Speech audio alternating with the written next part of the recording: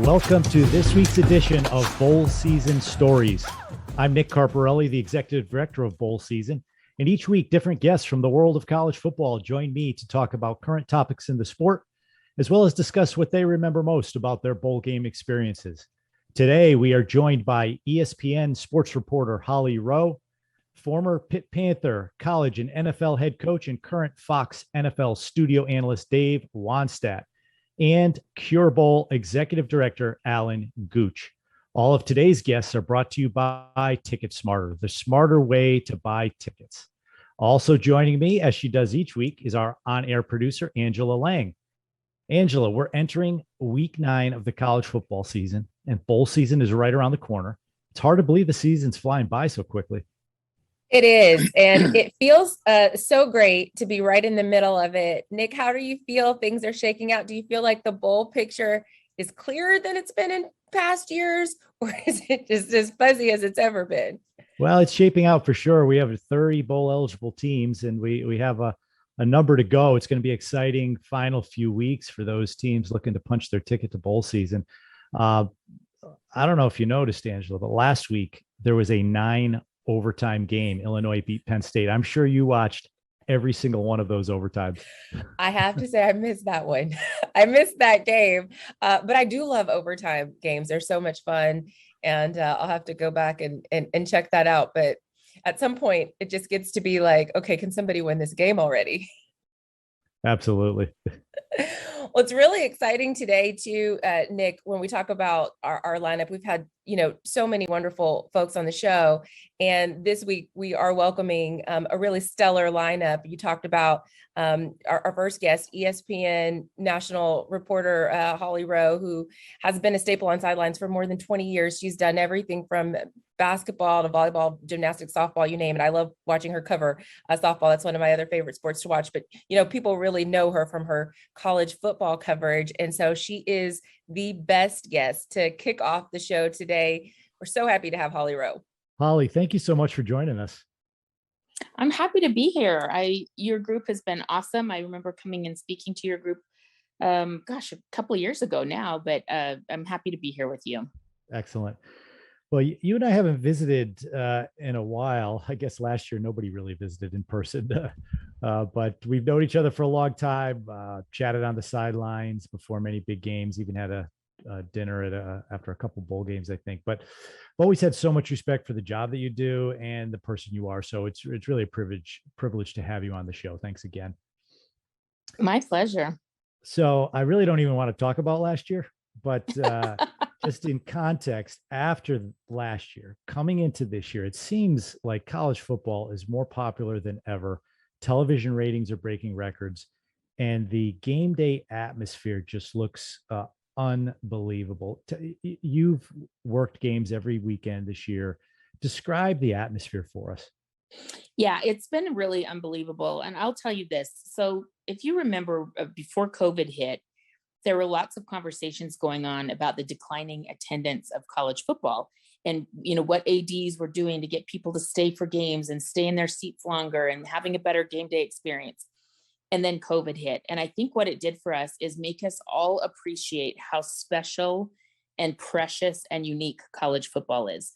And that there is nothing in the world like the game day atmosphere of a college football game. And so I think that's what we're feeling this year is relief, excitement, appreciation for being able to go to games. I know that I sat on my couch for 4 months with no sports, during our lockdown orders. And I remember just thinking, wow, I have no life outside of sports. But now that sports are back, I'm like, I think I'm okay with it because that's how I've built my life and I love it. So yeah, it's back. It feels good. It feels, as normal as possible.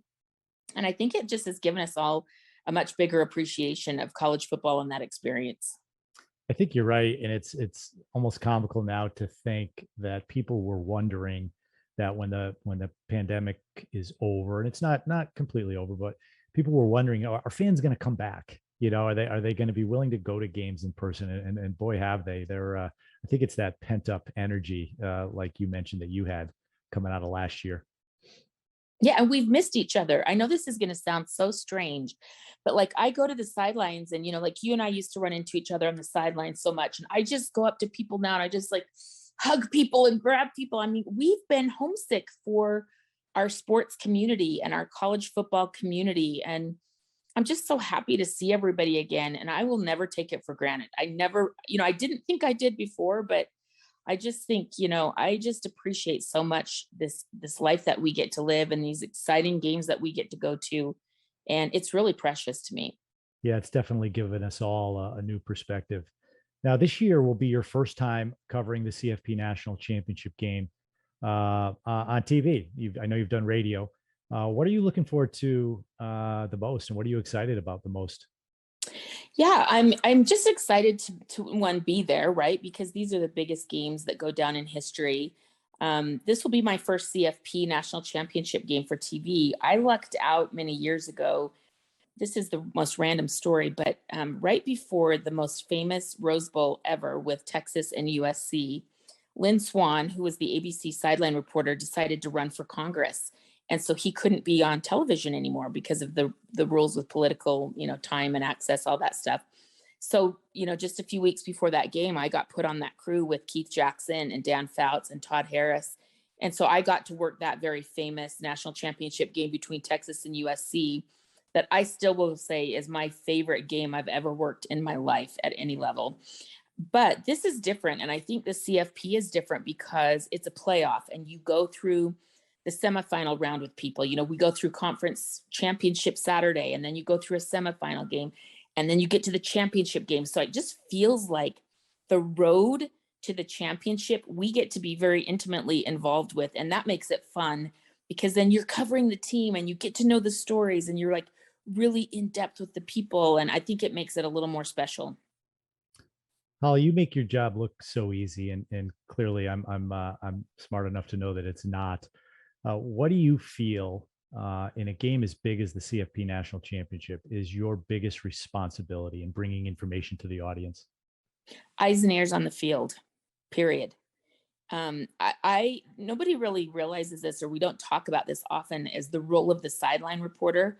My best work never is me doing it on television. My best work is if I've told the director, hey, this kid's injured, hey, this coach is going crazy, hey, there's a problem down here, what are you seeing, did you see this flag before we go to commercial? I am the eyes and the ears, and I often think my best work doesn't get on television from me, it gets on television as our team. And I just think that's really important. Like I'll try to hit the guys in the break, and Todd Blackledge used to be really great with this. And, Chris and Kirk, I'm learning a little more, and we're getting there of like, hey, such and such is happening. This kid's out. They've had to switch to offensive linemen. Just be aware of that as we move forward, because that's a complicated report that I might not be able to get into, but they can. And so just honestly, just sharing information, I think is my greatest strength, and eyes and ears and knowing what matters and why, I think is a great skill that I have. Now, here at Bowl Season Stories, we obviously like to speak to our guests about bowl games and their experiences, whether they played in them, coached in them, just went to them as a fan, worked on them as a member of the media. We're entering week 9 of the season. 30 teams have 6 or more wins and punch their ticket to bowl season. We have 16 more with 5 wins, so they're just 1 win away from bowl eligibility. So bowl season's right around the corner. Tell me about some of the more memorable bowl games that you've worked or maybe just attended as a fan. So yeah, I'm one of those interesting fans that growing up, our family went to bowl games. So some years, instead of Christmas presents, we went and had trips and would go on experiences. So I grew up as a BYU football fan, and my dad, we had season tickets my father's entire life, and he took us to bowl games around the holidays. And so my family memories and my intertwined memories as a kid all revolve around bowl season. Often the Holiday Bowl, that's a bowl that has a lot of special meaning to me because that seemed to be the game that BYU would go to often. I remember we drove in our big family Suburban down to San Diego from Salt Lake City, Utah. And when I say we sat on the last steps of that stadium, of Jack Murphy Stadium, we could look over into the parking lot. We were on the very last row for Penn State versus BYU and loved every minute of it. So that's a really fun memory. And then One other fun memory I have is my dad and I, we'd gone to the Holiday Bowl. We drove up to go to Disneyland in Anaheim, and we saw all the Washington fans walking around, and my dad and I just got inspired. And so we ended up getting tickets from some fans, drove up to the Rose Bowl, slept out on the parade route the night before in the back of our Suburban, watched the parade, and then walked over to the game with Michigan and Washington, the year that Desmond Howard won the Heisman. So, like, we lived bowl games. That's who we were as a family. And I'm really grateful for that childhood. Those are such great stories, Holly. We talk about those types of things a lot. I'm one, even though I'm the executive director of bowl season, I'm a big fan of the playoff because I'm a college football fan first. But we like to say that there are two components to college football's postseason. There's the playoff component and there's bowl season. And whether the playoffs, 4 teams, 8 teams, 12 teams, that's never going to be enough to reward all of the teams that have had a successful season. And to hear you tell stories about the impact it's had on you and your family, it makes you think about the communities across the country that host the bowl games, the other families that go every year as a family tradition, and how meaningful it is to all of them. It's really, really pretty cool. Yeah, because there's so many surrounding events in the community, right? So it's not just the game, it's the Rose Parade, it's going to the resort. We've gone down to Florida games, whether it was the Outback Bowl or the Champ Sports Bowl, and then we go to all the parks, theme parks, and you build these trips around the games, and it's kind of this cool family vacation and cool opportunity. But more importantly, I think it's really fun for the players. I think the older I get, the more I err on the side of what's good for the players, because they're the ones putting their heart and soul out there every play. And players have fun and they get rewarded. And I remember talking to some kids that, they haven't gone on trips or been in such nice hotels or been in such nice resorts or been treated as well in their entire life. These are new experiences and new opportunities for these kids, and they never forget it. So I think there's some real positives and beautiful things that come out of it. Last question, Holly. I know you're busy. Later on in this podcast, we're going to welcome Alan Gooch, who's the executive director of the Cure Bowl, which raises money for cancer research. As a survivor of skin cancer, can you speak to the importance of college football embracing and supporting causes like this? Well, number one, I think it's really important because college football is a huge platform. And whether it's, I've seen a ton of players. I think of the tight end from Georgia right now, Ryan Fitzpatrick, who is doing a fundraiser for people with cancer and people who have special needs. There's a lot of platforms around college football where people are raising money for good.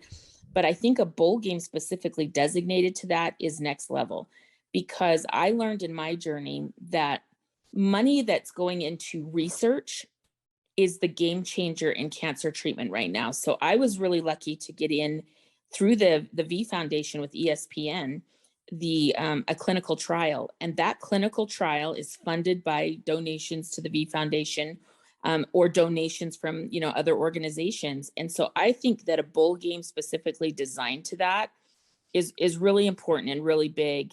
My dear friend, Dick Vitale, I've been texting with this morning. He's going through chemotherapy today. And I just, cancer is going to really rear its ugly head, I feel like, coming out of this pandemic, because there's so many people who didn't want to go to the doctor, didn't want to go get things checked because of COVID. And I think we're in for the fight of our lives coming out of this pandemic, because we're going to have a surge in cancer and treatments and all of these diagnoses because we've been scared to go to the doctor. So I think we've got to buckle up and be prepared for that. And I'm really grateful that a bowl game and the Bowl Association and all of you are really getting behind that, because that money to go to research, that will actually save lives. Well, Holly, thank you for that. And thank you so much for being on the show and for all you do for college football. We really appreciate it. Good luck to you the rest of the season. Well, thank you. It's a dream come true of mine. I'm this little girl that was going to bowl games at 6 years old, and here I am all these years later, still loving it. So thank you for having me, and thanks for keeping up all the great work. You're welcome. Great stuff. We are going to take a short break and be right back with former college and NFL head coach Dave Wannstedt. Stay with us. The first goal of every college football team at the beginning of the season is to win 6 games and qualify for a bowl game. They've punched their ticket and now are officially bowl bound. We're very excited to announce a new tradition with official bowl season gear given out in the locker room moments after winning that 6th game. T-shirts that celebrate the achievement. Fans can join the celebration by going online to bowlseason.com, where they can order their own bowl-bound T-shirt. Bowl season is a celebration of college football, so celebrate with your team when they become bowl eligible. Really excited about our next guest because, Nick, correct me if I'm wrong, but this is the first guest we've had that can really speak about bowl experiences from the player and coach perspective, right? That's right. That's right. So, Dave Wannstedt, if I could just go on and on with the intro, he's been an NFL head coach for the Bears, the Dolphins, a lot of other jobs within the NFL. Currently is an analyst for Fox at the NFL, but he also spent several years as the head coach of Pitt. And we're going to dial into some of those bowl season stories with him this morning. Thank you, Dave, so much for joining us. It's great to be here, Angel. I got to start by just showing you my sweatshirt here. I'm going to show all the viewers there. I got the Pitt blue right now on, so I'm ready to go. Dave, thanks so much for joining us. It's so good to see you. Now, if I had to guess, I'd say most football fans, even though you're wearing the Pitt shirt, they probably know you from your NFL career. You're the head coach of the Bears, head coach of the Dolphins. You're a studio analyst for NFL for Fox now. But looking back, you really had an amazing college career, over 20 years total as a player, graduate assistant, assistant coach, head coach. I count that you've played or coached in 14 bowl games. That's pretty amazing. Were you aware of that? One time I think somebody brought that to my attention, but I've pretty much covered all of them. I mean, I was sitting down one time, we were having a discussion about different bowl games, and it was like the guy said, "Boy, how about that Sugar Bowl?" I said, "Yeah, I was there." And he said, "What about that Fiesta Bowl?" I said, "Yeah." He said, "What about that Independence Bowl?" "Yeah, I was there." So, I mean, it's I'm probably showing my age, or at least my coaching. 40 years of coaching will do that to you, Nick. Yeah, well, you started out as a player at Pitt for Johnny Majors in the early 70s. Yep. You got a chance to play in the Fiesta Bowl in 1974, I think it was. Then Coach Majors gave you the opportunity to be a graduate assistant from 75 to 78, where Pitt would go 3-1 in bowls, including the national championship in 77, Sugar Bowl over Georgia. Tell me about those early years in coaching and your experiences going to those bowl games. Well, the Fiesta Bowl was fantastic because Pitt had been down for so many years, and that was Coach Major's first year. And Tony Dorsett, I still call him Dorsett, he was a freshman, and I was Coach Major's first captain that year. And we went out to the Fiesta Bowl. Now, think about the Fiesta Bowl today. And Frank Gooch was the coach then, and Danny White was their quarterback.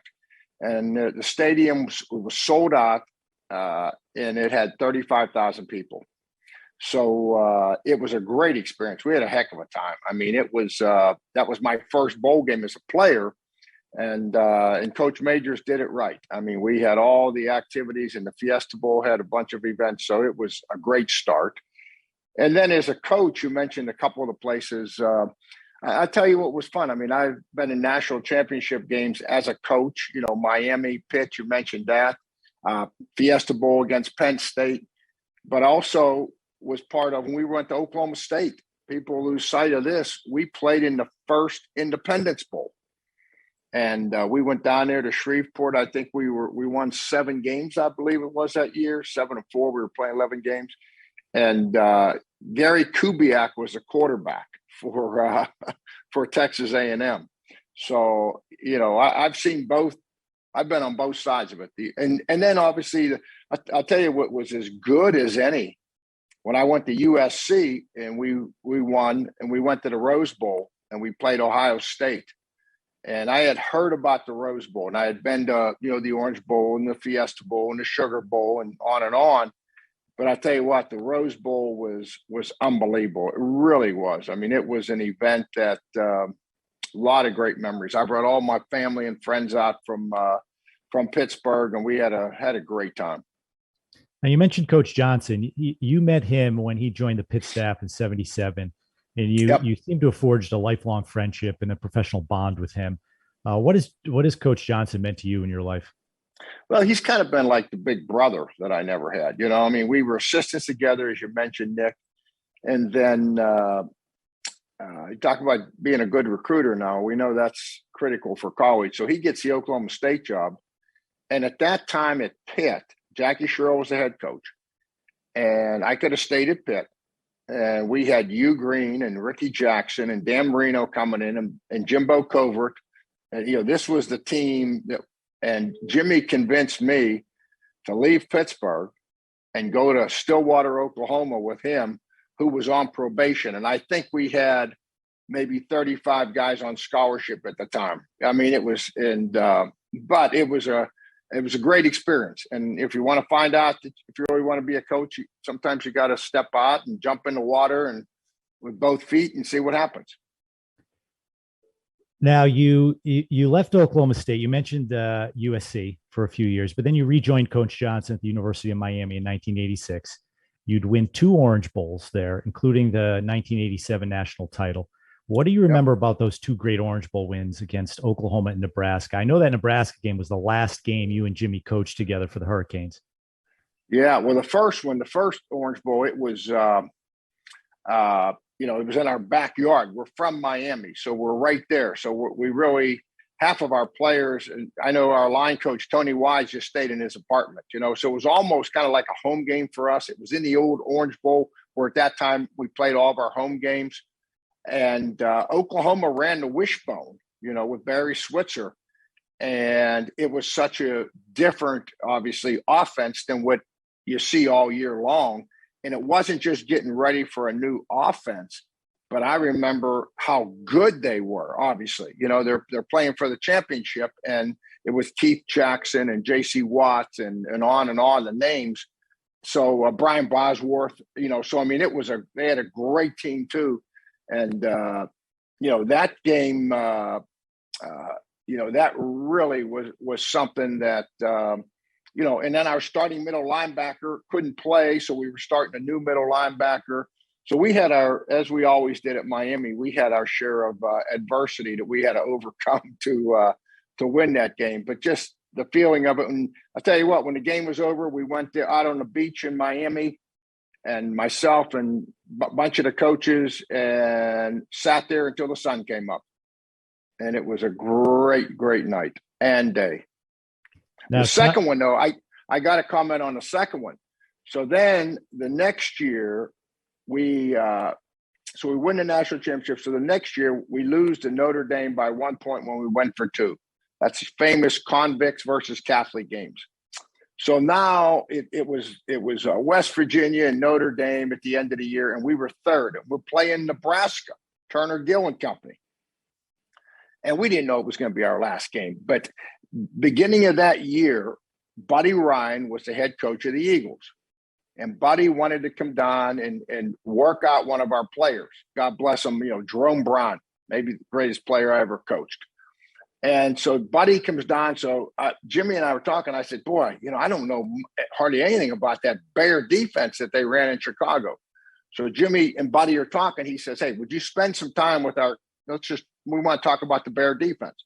So Buddy spends the whole afternoon, and we're all our in there, Jimmy's in, and so now we got to figure out when we're using it. Well, keep in mind, we had the philosophy that let's not get bored, and we lost one game, the whole time I was there, regular season, by 1 point. So we weren't really looking to change. So now we got this Bear defense package. So the whole year we're figuring out when are we going to unleash this thing, because we had practiced it in training camp. We practiced it in spring practice. We go through the whole year, and we never use it. So now we've got extra time. We're going to play Nebraska in the Orange Bowl. So we put the Bear defense in, and they weren't ready for it, and they couldn't handle it. So here's the story. So we're getting ready to go halftime. I always sat in the press box. It was me and Dave Campo. Butch Davis was always on the field, and then we had another graduate coach on the field. And they were having a tough time, to say the least. And Campo leans over to me. He says, hey, do you know who the halftime entertainment is today at the Orange Bowl? And I said, no idea. And he says, it's your favorite group, the Temptations. I said, you're kidding me. So I click on the headset. I said, hey, Jimmy. I says, I can come down there at halftime, but I really don't have anything to tell these guys. I mean, I don't think they'll score on us. And I said, so the time I get down there and through the crowd and talk to the defense, I says, Butch and I have been talking, and he knows exactly what to do. There's, it's going to be a mess in the time to get. He says, well, if you think that, then you want to. I said, yeah, I just soon stay up here. He says, okay, fine. So I said to Camps, get out here and get some food, man. See what these media people have up here in the press box. So he brings back some food, and the Temptations are playing, and we're my girl. We're kind of going back and forth. Well, Bob Trumpy and Don Cricky are doing the game.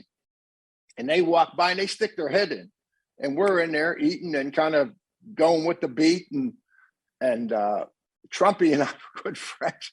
So Trump calls me out and says, can I talk to you a minute? I said, yeah. He says, everything okay? I said, what do you mean? He says, you didn't get fired at halftime, did you? I said, no. I said, but, and he says, and he, for years, whenever I would see Don Cricky and those guys, I'm talking about 10 years later, the first thing they brought up, they said, that was the craziest thing.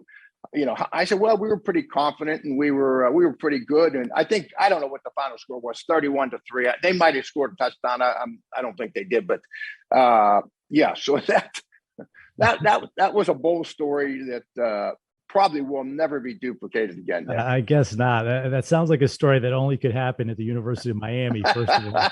And then Jimmy gets a Cowboys job and we leave. So that was our last game. We all coached together at the U. Well, you mentioned going to the Cowboys. You were head coach for the Bears, head coach for the Dolphins, but then you came back to college as the head coach of your alma mater, the Pitt Panthers. That's where you and I got a chance to know each other. You had I thought a great run there in the 2009 season. You went to the Meineke Car Care Bowl in Charlotte, played North Carolina, and an old friend who you mentioned, Butch Davis, who worked with you at Miami and with the Cowboys. You guys won the game, 19-17. That was your 10th win. I don't think Pitt had 10 wins in a season for a while before that. They may not have had that since, but that's another story.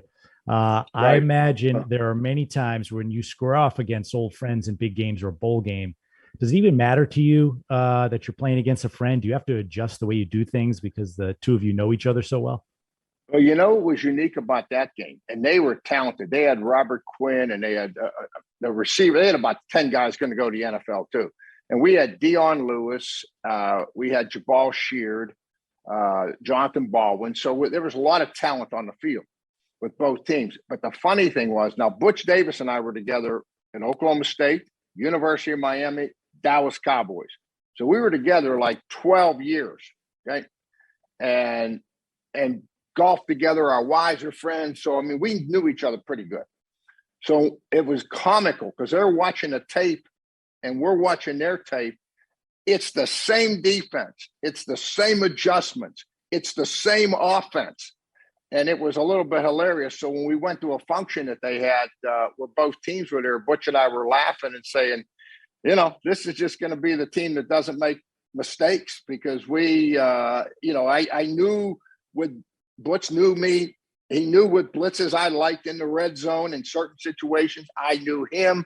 So it was really kind of a unique game. And we ended up kicking the field goal at the end. It could have gone either way and win it. But it was a great experience for us down there. We went to a high school and we had practice fields and the weather was good. So getting out of Pittsburgh at that time, and it was outstanding.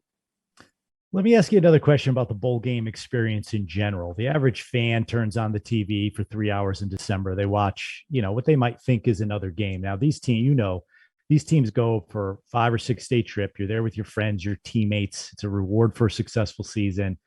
Tell us, as a coach, do you have any personal bowl stories on or off the field that made other than you watching the Temptations that made the bowl experience really memorable for you? Well, I made lifelong friends. I remember Bernie, I can't remember his last name now, with the Sun Bowl. Bernie Olivas. Bernie Olivas. We became friends and I would see him year round. And I had a lot of friends. In fact, I was influential in getting Brady Quinn, Eric Pons, who heads up the Orange Bowl. Eric. Yep. Eric and I are good friends. He comes to Chicago. We go out to dinner, and we get down there. Jan, my wife, has gone to some tennis things, and he'll get us hooked up down there. And so I got Brady Quinn. I went and spoke to the Orange Bowl thing just because of friends, and that's what I mentioned about Bernie. And I took Brady with me. I said, you live in Fort Lauderdale. You need to get involved in this. And within 6 months or a year, Brady Quinn all of a sudden is a member of the Orange Bowl committee. So I would look at it, and we did great things. I think the way the bowl set it up for our listeners, there's always something that our team does by themselves special. For the most part, there's something that both teams do together, which is always a fun thing, a neat thing. And then there's always something that the team does for the community, whether it's a hospital visit or something. So you're covering a lot in a week, but it's all good, healthy stuff. And, in the relationships that you make, like I mentioned, Bernie and those guys, and years after that, I'd run into those guys and we would talk stories and so forth and so on. And I tell you what, when I was doing college football for Fox, I would go out to the Fiesta Bowl Follies thing that they had every year out there in Arizona. And the people from the Fiesta Bowl, going way back because I played in it and coached in it, they'd invite me and Jan out, and we would go out there and see all the coaches and bowl people and be part of it. So I've had some lifelong experiences. It's just not the game. I mean, all these bowls, I think, in their own right, do whatever they can do to really make it a special experience on and off the field. Yeah, that's great. And that's one of the things we try to emphasize in this podcast is, how meaningful these bowl games are. Yeah. They're all so meaningful to the people who participate in them. They don't all have to be for the national championship. I don't think college football is set up that way. It's only so many people can be in that mix every year, but the lifelong experiences that these people have in the 43 bowl games now is pretty special. And no question, Nick. And the other thing too, it was even when we didn't play in the major bowls, it was a great time for our alumni to be part of it. You know what I mean? Because during the season, you're not seeing them much, but when we go to the bowl game, it didn't matter, Oklahoma State, whichever bowl game, all of a sudden you get the alumni that are really supporting the team and really all in, and they come down and they would be around the hotel and around the players and attending these events for a whole week. So I always liked that because I didn't have as much time to spend with them when I was the head coach of Pitt, but now all of a sudden the alums are down there and you're seeing them during the day, and you grab a coffee with them or a drink with them, or they're in an event. And I thought that it was a special time for the alumni too, to kind of be part of the team. Dave, we've taken up enough of your time. Thank you so much for joining us. I really appreciate it. Those are great stories. Good luck to you, and we'll see you soon. Okay, Nick. Anytime, buddy. See you later. Bye-bye. We're going to take a short break and be right back with Cure Bowl Executive Director Alan Gooch. Stay with us. TicketSmarter is the official ticket resale marketplace of bowl season. Nothing compares to the power and excitement of live events. TicketSmarter is the smarter way to buy tickets for live events like sports, concerts, and theater. Visit ticketsmarter.com or download the app today. Welcome back to Bowl Season Stories. And as we wrap up the Breast Cancer Awareness Month, as we always observe and honor survivors in October, we welcome a man who works on breast cancer awareness and research 365 days of the year as executive director of the Cure Bowl in Orlando. Alan Gooch's bowl is dedicated to this important outreach in our community. Alan, we welcome you to the show. Thank you so much for the work you're doing. Thank you, Angela and Nick. Hey, Alan. It's really amazing what you guys are doing. The Orlando Sports Foundation raises funds for cancer research, sponsors the Cure Bowl, played each December in Orlando. Since your game's inception in 2015, you all have raised $3.8 million to support cancer research through Breast Cancer Research Foundation. 1.2 million of the funds have directly benefited the UCF College of Medicine's Cancer Research Center. Tell us more about the great work you guys do. Well, thanks, Nick. That and Angela, that right there in a nutshell is what we've been able to do collectively. But it truly is an honor to work with these women and men that are supporting. And a lot of people don't know that there are men that are diagnosed with breast cancer. We actually have a man, Zach Yarborough, that is a part of our group that is very active on his social media about his battle. But we have a collective. It takes an army to do this, as you know, to do any bowl, and I'm always amazed at all the 41 bowls in the U.S. that happen during bowl season. We are one of those. All of them have charity partners and that they work with. Of course, we are a little different where we put it out front. And as Angela said, we are 365, 24/7 working to raise money and funds for cancer research. It's an honor to work with the people that we work with to get to this point. Now, I know UCF has been a huge part of your life. You went to school there. You coached there starting in 1983. You were there for 21 years. What was the best part of coaching at your alma mater? That right there, having the opportunity to coach at your alma mater, and that's the only spot that I coached. And there were times I don't think I could ever imagine myself wearing another shirt other than a UCF night shirt. And fortunately for my career, that's where I got to be. My wife is actually still there and coaching in the athletic department.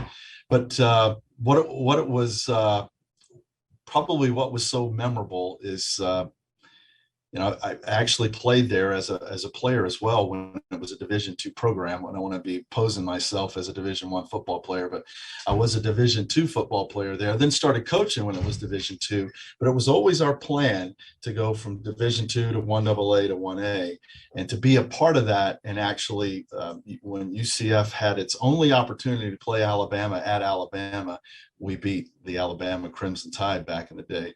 And to see where it was when it was a Division II program, to go to that point to beat the University of Alabama at their spot, we knew we were doing some special things in a special place, and it was just amazing to be a part of that. Yeah, I'm sure it's been fun for you to watch that program and that university evolve over the years. Yeah. Probably not as much fun though as meeting your wife there. She was the cheerleading coach. I'm guessing she's still one of your biggest cheerleaders. Yours is the type of role where family really matters, and the support you get from them is so important. Wouldn't you say so?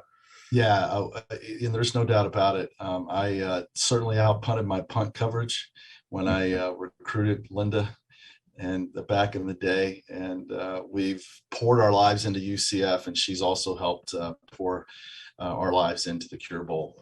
When we started this thing, she's a big part of it. We talk about UCF and the bowl season and the bowl business daily. I mean, it doesn't matter what time of year, it always comes up in conversation, and we really have had a great time and spending our lives doing this, and just can't imagine not being involved in college football, either one of us.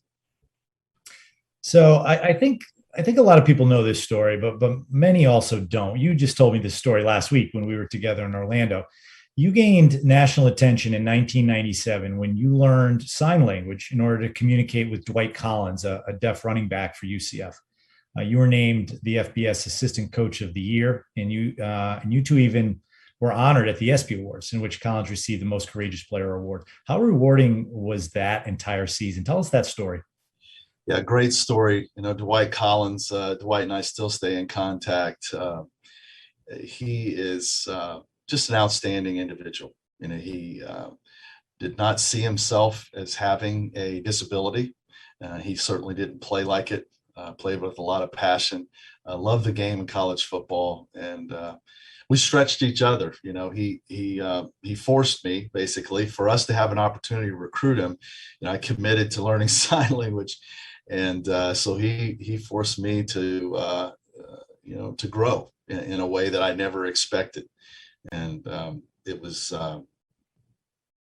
just an amazing time. It was great. It was special, obviously, to have the opportunity and for both of us to work, because Dwight had to learn a new sign language. As we all know, you watch college football or in the NFL, you have the opportunity to communicate from the microphone to the helmet, but in college football, you still have to signal in plays. And where I was learning Dwight's language, American Sign Language, he actually had to come in early and learn our sign language, which was all of our signals. And so, we had a great time. Very special time, and still a great relationship. Now, besides all the great work that the Orlando Sports Foundation and the Cure Bowl does for cancer research, what are some of the goals you have for the bowl game itself? How's it grown over the 5 years it's been in existence? And Nick, we like other bowls, we're just honored to give student athletes another postseason opportunity.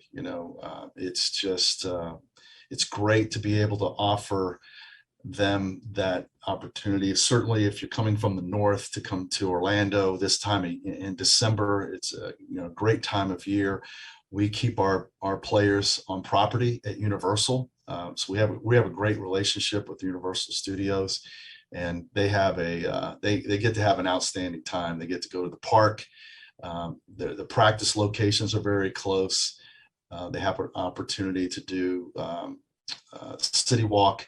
And so we're just honored to be able to offer student athletes that postseason bowl opportunity.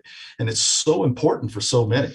Over the years, you've just heard we have NFL scouts at the game, and so those student athletes that are still working to try to take football to the next level into the NFL, it is a very important thing to have that one more time on film against a worthy opponent. Yeah, it's interesting what you just said, Alan. These games and these opportunities are so important for these student athletes. I think about the seniors, 95, 99% of them are not going to the NFL. This is the last football game they're ever going to play in their life. Yep. And I actually reference your game last year as kind of the model for this conversation, right? You had Liberty against Coastal Carolina. I think it was one of the best games of all of bowl season. It was so meaningful for those two teams, for those universities, for those fan bases. And I think, a lot of people who aren't educated about how meaningful bowl games are might not understand how important they are. And it's all of our job to do a better job educating the media and others to say, it's okay that every bowl game doesn't factor into the national championship picture, because college football is just not set up that way. Right. The playoff will never be big enough to accommodate all the deserving teams in college football. And your game and a lot of others really provide that meaningful experience, those lifelong memories for these student athletes. And I know you and all the other executive directors are very proud of filling that role for them. Absolutely, Nick, and we certainly appreciate your leadership in doing that. I think the bowl season branding is just awesome. It's the March Madness of college football, and the beauty of March Madness is that it involves so many, and you have that opportunity to have the Cinderella story. And so where, I would not mind, because I am a big fan of March Madness, of seeing the college playoff expand a little bit. That's okay. But you're always going to your point, you're always going to need these other bowls, and it sets the stage for the next year. In fact, nobody wants to go out, with that loss, but somebody will, right, at some point. But the bowls enable a lot of teams to go out with a win, and that's great to be able to roll into that type of recruiting and to finish up. So I just can't see it ever not happening.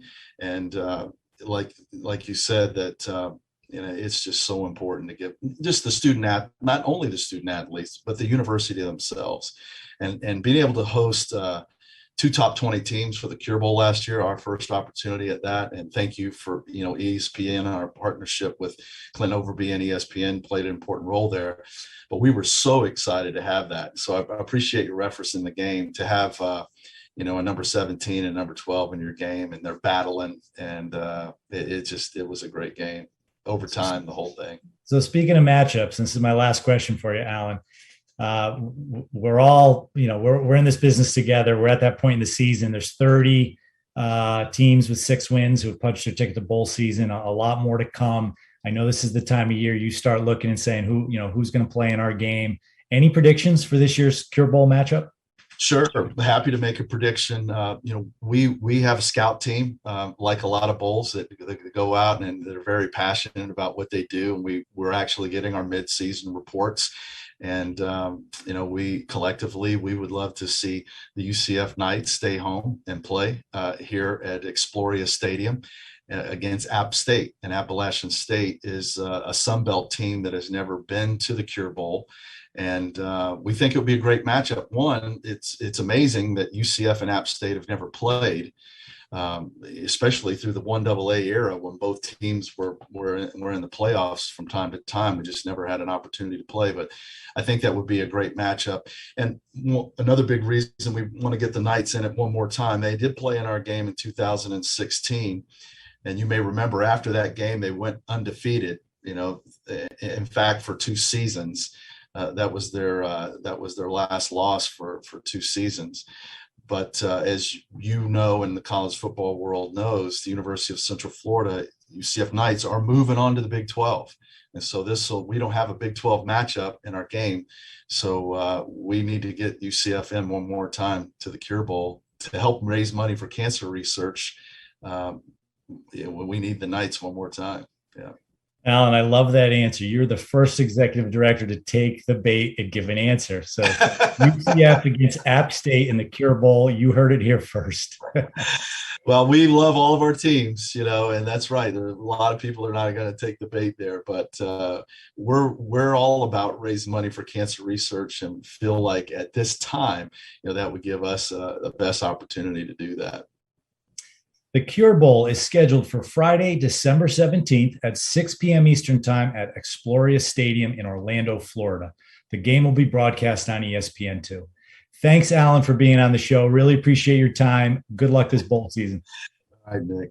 Thank you.